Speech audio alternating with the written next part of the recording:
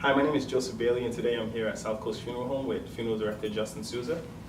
I'm going to be interviewing him, asking him a few questions today. So how's it going today, Justin? Not bad. How about yourself? Really good, really well. Thank you for having me today. No problem. So I just had a couple questions, if you don't mind answering. Sure. All right, so I'm going to get started. I wanted to know, why did you get into this field?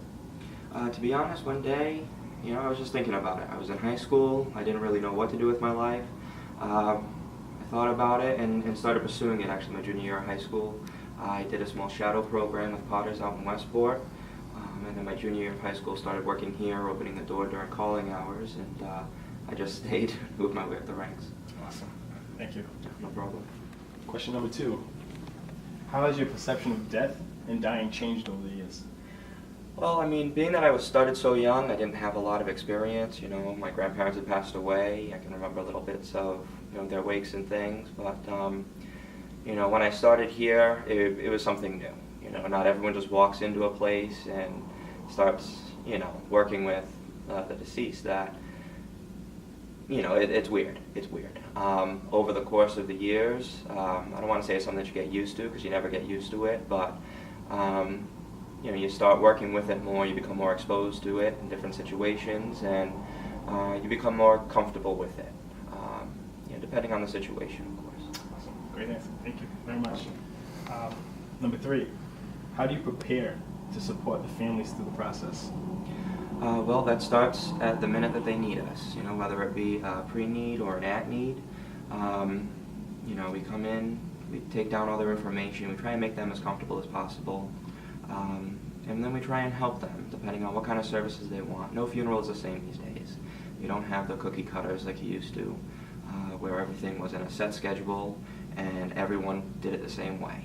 So, we try and accommodate everyone that we can and make them feel as comfortable as they can with the services, as well as financially. We always figure, no one has a lot of money these days. If this is what you want, this is how we can work with you, and we go from there.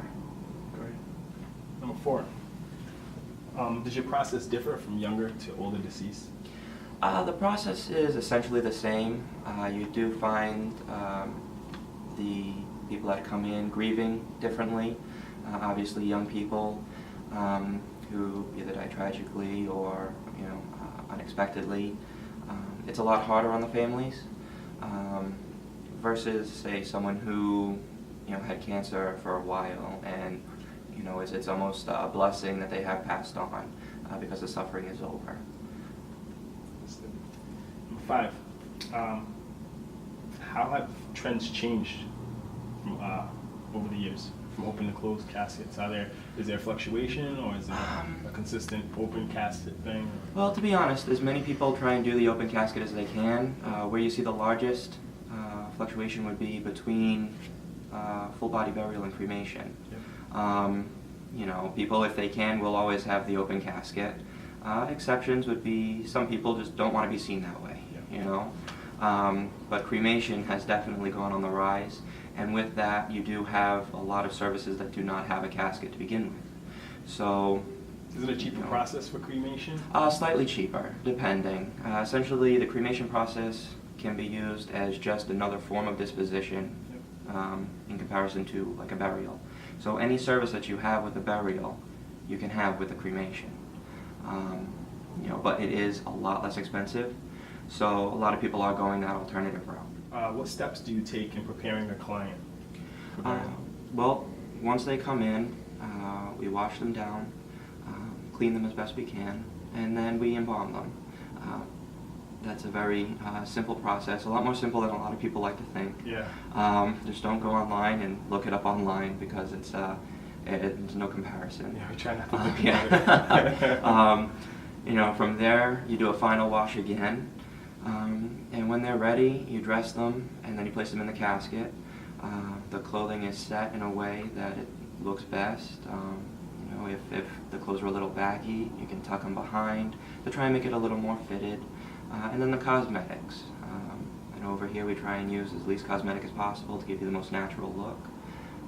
And then of course the families always come in before everyone else. So if anything needs to be adjusted, if they want a tie fixed, if they want a shirt untucked versus tucked, if they want the makeup to be adjusted somehow, they always come in and they let us know, and we do it to their specifications. How do different cultures grieve? Are there more invested cultures or different Yes. cultures that you've worked with that are? Yes. There are, some people that come in and everything is done in an almost very disconnected, very professional manner, where everything is, you have the receiving line, and there aren't a tear shed one bit, and everyone just holds their posture, and then you do have others that they're constantly going up to the casket. We've had people faint. We've had people screaming. It all depends. It does depend on the culture, and every culture is different.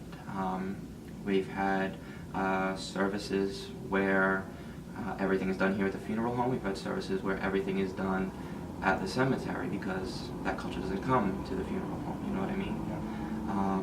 Everyone is different. Does your own religion play into how you care for your patients or clients? Sorry. Not really. I myself am a Methodist. My boss was actually Presbyterian. He converted to Catholicism. In this field, you have to be aware of all religions. You can't hold prejudices based on religion. Because one minute you're going to a Catholic church, the next you're going to a Protestant church. We've had Muslim funerals, we've had Jewish funerals. And all you do is really do some research as to how best to assist that family. Because again, you can't know everything about every religion, but you try your best to make them more comfortable and help them through their process. What does life mean to you? Make the best of it. That's, do what you can every day, try and be the best you can be, and just follow through with everything, and hope it all goes well. And after working in this field, what does death mean to you? Sometimes it's a blessing, sometimes it's a curse. Again, everyone is different depending on the situation. It's the end of your life. Try and make your life count, and then, hopefully at the end, you get to go where you want to be, Thank you. Thank you very much. Never a problem. My name is Joseph Bailey, and that's our interview. This is Justin Souza of South Coast Funeral Homes, 1555 Pleasant Street, Fall River, Massachusetts. Thank you very much. We're going to take you guys for a tour. This right here is our casket and urn selection room. Obviously not all the caskets that we can provide are in here, but it gives a good sampling, so that if people want to come in and just see what a wood casket looks like, what a metal casket looks like, the different types of interiors, they're able to come in, they're able to see, they're able to touch, and then they can make their decisions based on that. They come in varying colors, types of woods, different interiors. Urns are the same way. Again, it's just a small sampling. They're able to, see what they're looking for and what they like, and make the selection based on that.